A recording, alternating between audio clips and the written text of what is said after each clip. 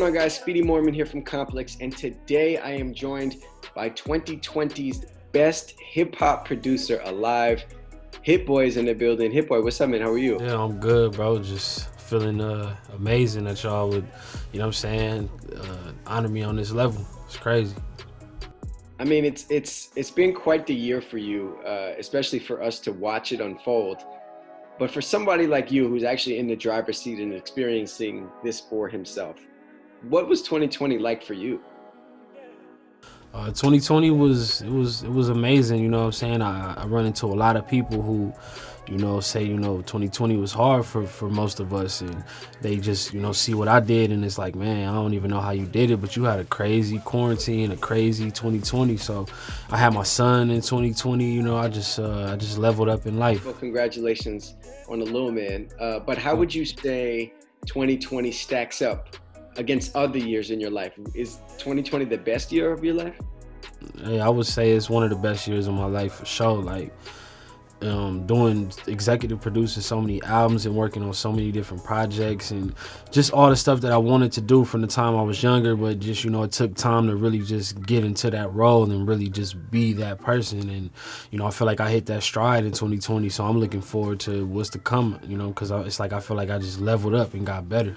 Now, 2020 specifically, we saw you do a lot of individual tracks, but one thing that we really enjoyed to watch was you locking in with one artist and just knocking out entire projects. And we saw you do that with Nas, we saw you do that with Big Sean, and we also saw you do that with Benny the Butcher.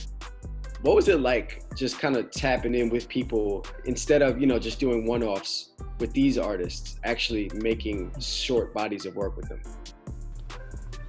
Yeah, like I said a second ago, this is a time that I've been trying to, work towards. Like, I always wanted to be able to tap in because I was such a big fan of albums. Like, I used to play, before I had a computer to make beats, I just had a little CD player with a shoebox full of CDs, and I would just play music. And just the experience of listening to DMX or listening to Eminem, Marshall Mathers LP, Jay-Z, Blueprint, like, it's something about the feeling of the whole project that just it felt like I was watching a movie with these projects. So I wanted to do that when I got older, and it took a lot of time for me to really get into that zone, and for it to line up back to back to back. Nas came out in August, Sean came out in September, and Benny came out in October. Like, it just was crazy that everything lined up like that, and just put everything in perspective for people. It was a strong way to end the year on a back-to-back-to-back. It was very impressive to watch unfold. But what's also impressive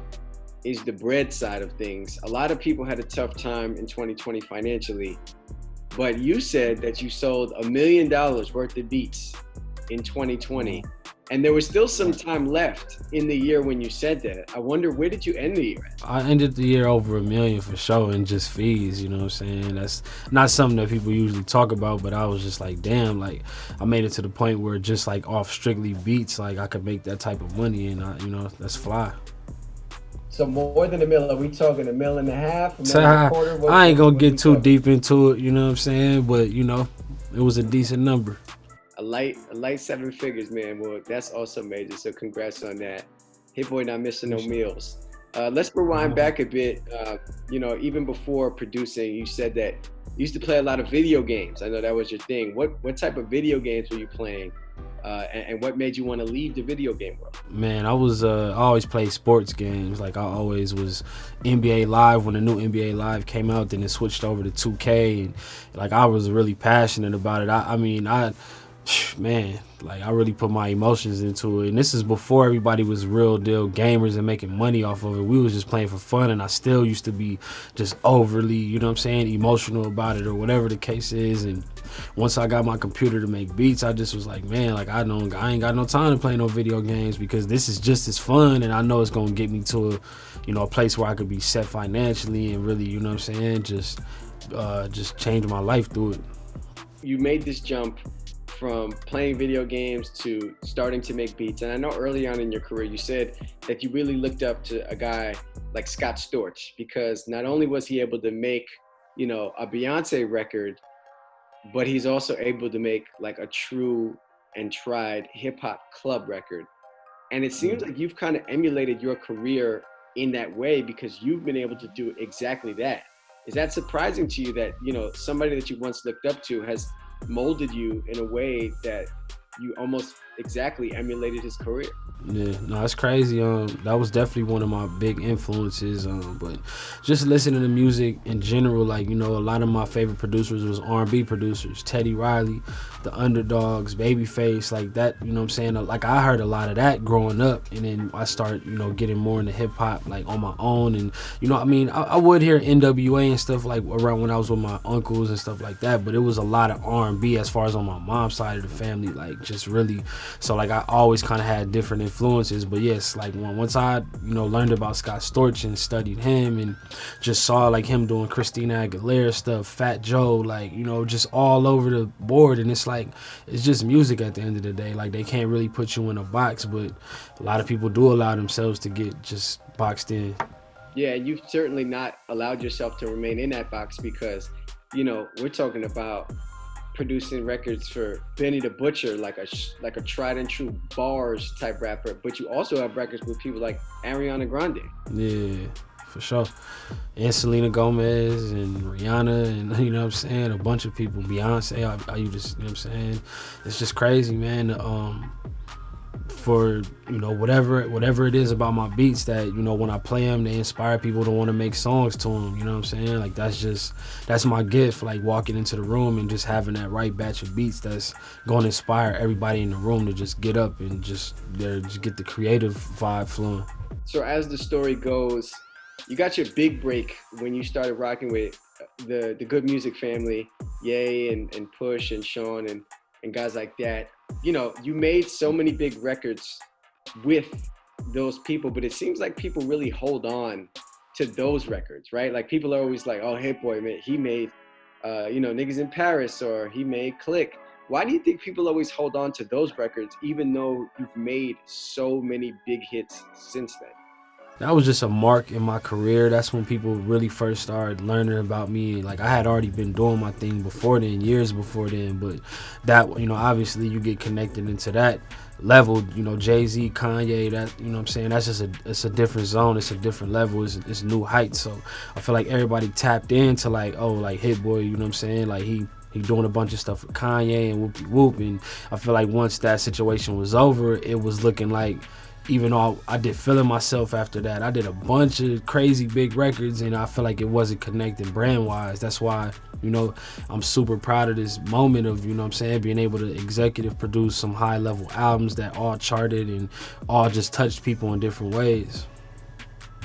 You've had something like 20 or 30 platinum records since that time. Why do you think people? Man. What was that? That's crazy. I don't even be counting. If you had to put a number to it, like in total, how many platinum records do you think you have? Honestly, I don't know. I gotta go through it, but I got a lot for sure. Like, are we talking 50 plus? Gotta be at least 50, at least I say. But, you know, I'm gonna really calculate that now that you brought it to my attention. No, in the back pocket. That's a stat that you just. If I'm you, I'm dropping that in conversation. Like, yeah, I got 53 platinum records. You know. I would be all the time. That's great perspective. What would you say one of your fonder memories of, you know, that good music era, working with those guys? What moment sticks out to you? Oh shit. A lot of them, but definitely first meeting Jay-Z, you know what I'm saying, being in New York, you know what I'm saying, like, I'm a true Cali person, like to the core. So it was cold as hell. It was like the worst snowstorm ever, I think, in New York, like 2011 type shit. And you know, just being out there and feeling the vibe, seeing how Kanye was working at such a high level and doing so many different things. Like, he was writing on, you know, John Legend albums, and he was working on Watch the Throne. He was working on his solo stuff, and I just really got to see, like, oh, once you get to that level, it's a different type of focus. But just, yeah, being out there, and when I first met Hov, like, how cool he was, I just was like, man, that was unbelievable. I think you, if I'm not mistaken, you spent a good amount of time at the Mercer Hotel here in the city. And, you know, Hov would come through, and obviously Ye is there. What kind of vibe was it watching these guys work? It was everything you would think it would be, like real focus, real giants, you know what I'm saying, in the room, putting their brains together to just make the illest quality, whatever, like, you know what I'm saying. Anytime I got to go in the room and play my beats, I just was like halfway shook and halfway like, wow, this is, you know what I'm saying, this is really the real thing, it's really happening. So yeah, it's just crazy that out of all the songs that we did, like none of the stuff made it other than the beat that was just emailed to them months prior, which turned out to be Niggas in Paris. Yeah, that is crazy. Now, when you do, you said you're borderline half nervous, half focused, and when you do go in the room, right? That energy, is it, especially when you're in there with guys like Hov and Ye, is it strictly business? Are the guys in there joking around and stuff, having a good time, or is it just pretty serious? At that point, I was too on edge to be in there trying to do too much. Like, I was just like, Ye would call me over to play beats, and I would just make sure I got a crazy batch ready every time. So, I was out there for a few weeks, so it was just every day, just like, and, he started to see how fast I made beats, so he would, he would tell people like, man, I'm about to give some samples to Hit Boy, watch how quick he cooked this shit up. And then 5-10 minutes later, he hit me like, yo, you gotta come back over here. What did you do? Like, so that was just a crazy time, just a real level up. What would you say is like a main difference between like the Jay-Z, Kanye, good music studio sessions and like a Rihanna studio session? What are the differences? I mean, two totally different artists, two different creative processes, you know what I'm saying? Like they, it's real hip hop going on, like when you working on something like Watch the Throne, so they, they barring up and they just thinking about it different. And then Rihanna, like she having all the top writers in there, just, you know what I'm saying, going in, just getting the best of the best and figuring out what works with what. We've just named so many artists that you've worked with, right? The whole Good Music and, Ye and Push and those guys and Hov and Beyonce and Rihanna and Ariana. Who's left? Who's left for Hit Boy? Man, at this point, people ask me that question. I just feel like whoever want to work with me, man, whoever is a true fan and really is not into the hype, because I feel like that's one thing that, I don't know if that gets across or not. When you work with me, like it's no extra hype around it. It's the music is going to be the selling point, you know what I'm saying? Like I always let the music speak, and it's not going to be no gimmicks around it. Like if you really want to make music, that's when you come fuck with me. Like, not to even say that I'm about to get you all on Billboard top 10 or none of that, but I'm gonna give you something that's gonna feed the souls of the people that listen to it. Let's go to 2019 for a second, before we go into 2020, that year for you, last year for you, which was crazy. 2019 was a special year as well, because 2019 was the year that you dropped Racks in the Middle with Roddy Ricch and Nipsey Hussle, which would go on to be Nipsey's last song that we've heard from him. And, at that time, or even a little bit before that, Nipsey was working with a lot of other producers on Victory Lap, but he still wanted to collab with you on Racks in the Middle. What did it mean to you for him to want to work with you even while working with other producers? I mean, that's always been the homie, you know what I'm saying? Even though I didn't work on Victory Lap, every time I see Nip, it would be love. Like I did stuff on Mailbox Money, I did stuff on Bullets Ain't Got No Name, Volume 2, and just different projects of his. So we always had a rapport, we always had a respect for each other, and we hadn't linked in years. It had been at least 3 years since I probably really linked in with him, maybe 2. And when he came in and I played Racks in the Middle, he knew immediately, and that was, the rest is history. He knew that was a joint. He was like, man, there's just something about this, like it's undeniable. So for it to get that honor, the Grammy, you know what I'm saying, a high honor like that, that's ill. And you've said that the Racks in the Middle Grammy meant more to you than the Niggas in Paris Grammy. I'm wondering if when you were making the beat for Racks in the Middle, if you knew yourself that this was an undeniable hit. Yeah, I did. I'm not gonna lie. Even just from the beat alone, before Roddy, because Roddy jumped on it, then Nip jumped on it. So when the day I made the beat is the same day that Roddy hopped on it. As soon as the beat was done, I was like, this is crazy. And I knew Roddy was working, somewhere around where I was working. So I was like, if I get this to him, it's crazy. It'll be crazy. So he literally pulled up that night, heard the beat one time, and was like, load it up. did that hook within 15, 20 minutes, and it was a joint, you know what I'm saying? And then by the time it got to Nip, it just shaped up to be something that I feel like it's a West Coast classic. It's a classic in music, period. It's definitely a classic, and obviously you won a Grammy off of it, justifiably so. But that feeling that you got when you made that song, and you knew right away that you had one, what was the next time after that you felt that same feeling? Oh, you mean something from a different song? Yeah, like the next time that you cooked something up that you knew to yourself, oh, I got another one. Deep Reverence, you know what I'm saying? I knew that was a high, like one of the best rap beats of the year, or that I had made as of recent, you know what I'm saying? So Nip hopped on that, and then that, you know whatever happened with him, you know what I'm saying? Rest in peace. Just for it to end up on Sean, and then now I got both of my homies nominated for a Grammy this year. Yeah, Deep Reverence was one of them ones, man. It's a song that obviously Nip had recorded already, but it meant so much to a lot of people to hear that song come out, which is a perfect segue into Sean's album. You had such a big role and such a big hand in Sean's project, and I know you guys have been working on it for a while. What would you say that experience was like, just tapping in with him on this album that was so long awaited? I mean, when you listen to the album, you hear how deep in thought he got, you know what I'm saying, about his past, present, and future. And just some of them lines that he was saying, like I really got to see that in person. Like we really got to have a lot of the conversations or the bars that got put into these songs before they were songs, you know, just really getting to know him. Like, you know, obviously we spent time on the Good Music days, but we just got a lot closer as of late. We just trusting each other more, and something about, you know, my studio or just the music I'm making right now, like that's my brother. We talk every day. Like he'll pull up on me at least once a week still to this point. So it's like I just really got in tune with who he was as a person, and that helped, you know, me just play my role in the Detroit 2 album process. What would you say were the main differences between the Sean that you saw back from the Good Music days and then the Sean that you saw now with this project? Definitely just him being more focused. Obviously he's older now, so that, you know, it comes with time, just really locking in and just being smarter about how you move, and just seeing just his mental growth, you know what I'm saying? Like just him thinking about different things. I don't know, I just feel like he just grew. I just saw his growth. And then now let's talk about the Benny album and the Nas album.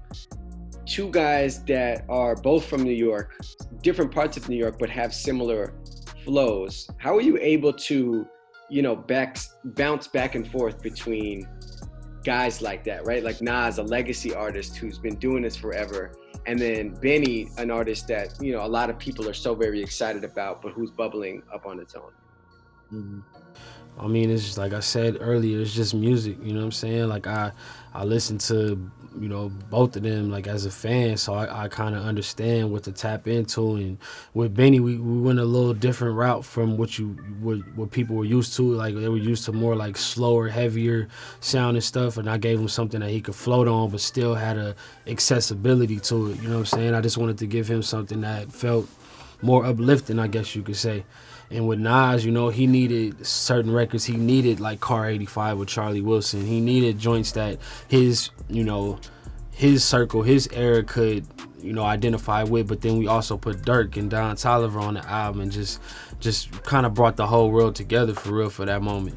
Is it special for you to work with a guy like Nas, who's, you know, certainly an OG to all of us? 1000. It's unbelievable, you know what I'm saying? To listen to him as a young kid, and then, you know, us being as cool as we are now, and just making so much music and it actually coming out and being received. And, you know, that's probably the most love I ever got from any music I ever made was King's Disease. Like just so many people I respect on the producer end, people from behind the scenes, A&Rs, presidents of companies, different people just like, yo, thank you for making this album with Nas. Like this is special. Yeah, it certainly was special, and it certainly was exciting to watch. We know that you always got stuff for the tuck. And I remember hearing back in 2019 that you said that there were some unreleased whole verses that you don't know if the world would ever hear. Do you still have those verses, and have we heard any of them, or are they still tucked away?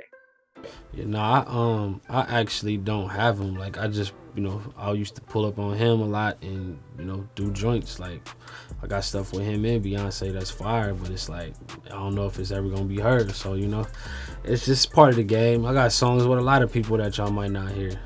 What does it feel like to know that you have what you believe is a true hit, but the artist doesn't put it out? I imagine that's like a difficult situation to be in.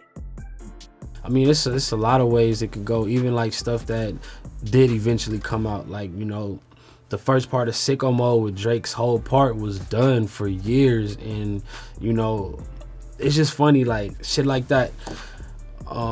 Just when I feel like I was building myself back up, and I would just like go online and people at me like, yo, where Hit Boy been at? What is Hit Boy doing? I'm like, man, I got Jay-Z songs, I got Drake songs, I got all type of ill shit that's just sitting, and niggas is questioning where I'm at. So it's like that also all played into my 2020 and me just being like, man, I'm about to really just gun and just go crazy as I possibly can. And that really was just the start, the 2020 shit. Like just the zone I'm in now, I feel like the records that's coming out 2021 is about to smash 2020.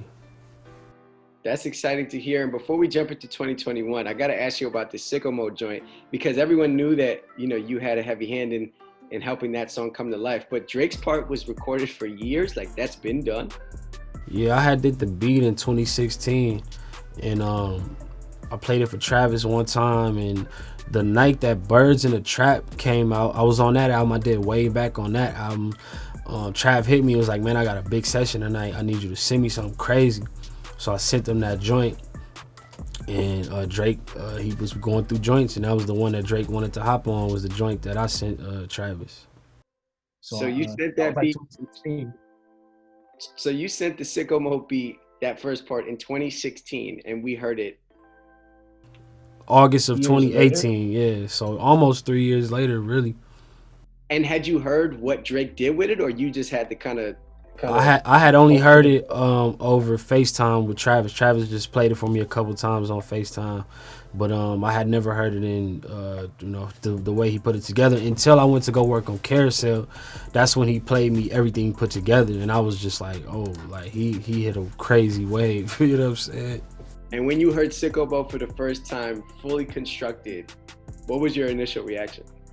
I looked at Travis like, yeah, this is different, you know what I'm saying? Because I didn't know, like time had went by, so I didn't even know what he was doing with it. I'm like, you got this crazy, Drake shit, like what's up with your verse on it, or what you doing with it? And it was elusiveness, you know what I'm saying? And then I finally went to go work on Carousel, and that's when he played everything put together, and I was like, wow, you really made good use of that, like crazy use of that. About Drake walking on Sicko Mode, and even people sometimes hating on Drake, I want to remind you of a funny line.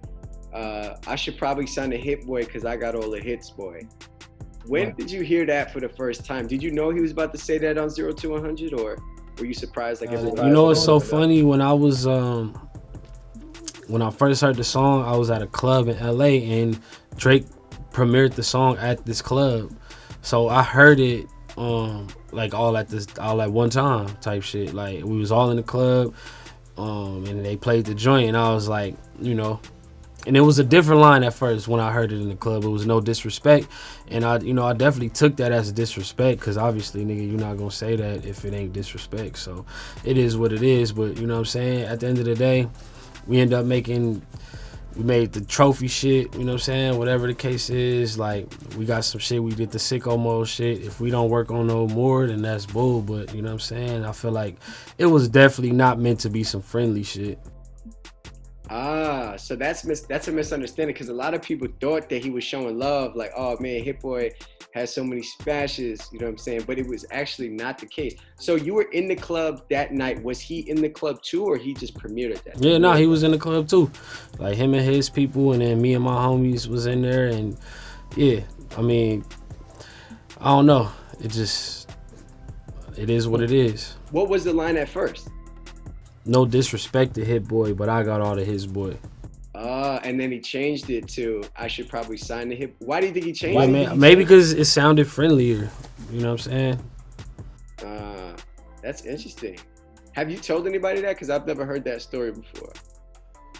I don't know. Maybe not. Well, we might have got an exclusive, which is exciting. You've done so very much in your career. You've worked with so very many people. Do you feel like you still have room to get better? Oh man, every day. I'm literally, bro, I just made a beat. I'm making beats now that I'm like, yo, this is my best beat ever. Like, I got some shit coming out that I'm like, yo, this is like all my best stuff is being made right now. Like the stuff I did before, it was good, but like, you know, I'm just going to different heights. Like I'm always reaching to get better. Like I know my potential, so I gotta push. It's about me pushing myself, not being lazy, just really being on it. So Hit Boy just made his best beat ever. That sounds exciting, bro. We're gonna stay tapped in and tuned in to see what that sounds like. Congratulations for being 2020's best hip hop producer alive. And we're excited to see what 2021 has. Man, appreciate y'all for real, man. That's love.